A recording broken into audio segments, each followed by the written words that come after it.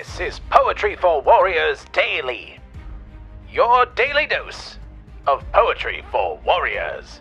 And here's your host, Joshua David Ling.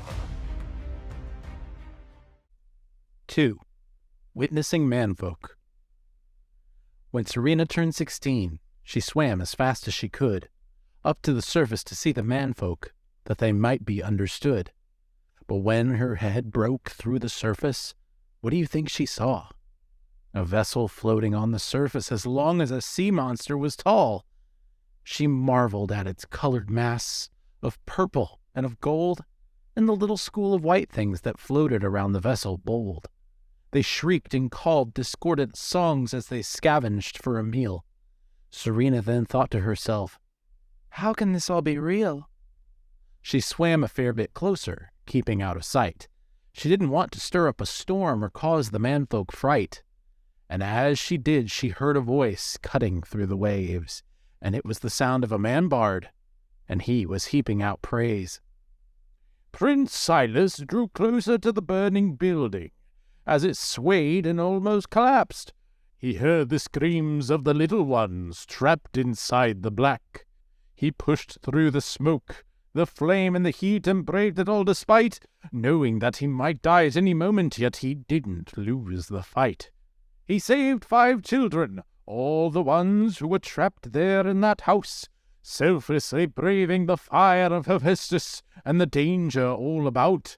And it is my pleasure to present to you, before you all have fits, the heroic prince of our country, the honorable Prince Silas.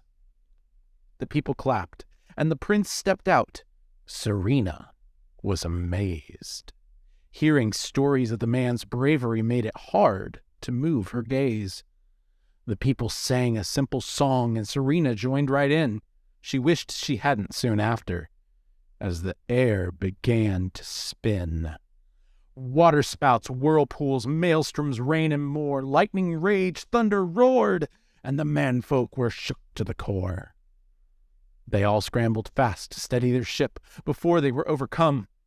But Prince Silas was swept from the deck, and Serena's tail went numb.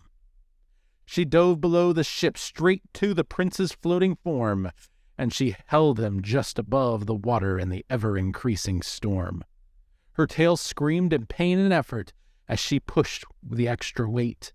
But she had to save this one who'd saved lives. No mind the pain that was great.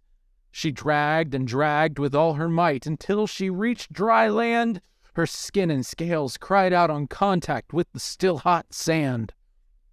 She beached herself for a moment and stared down at his face. His eyes began to flutter open, and she left without a trace. She swam back down to the sea below, wishing she could stay above. She wondered at the feeling she felt. Could this all be? This has been Poetry for Warriors Daily. For more, visit joshuadavidling.com.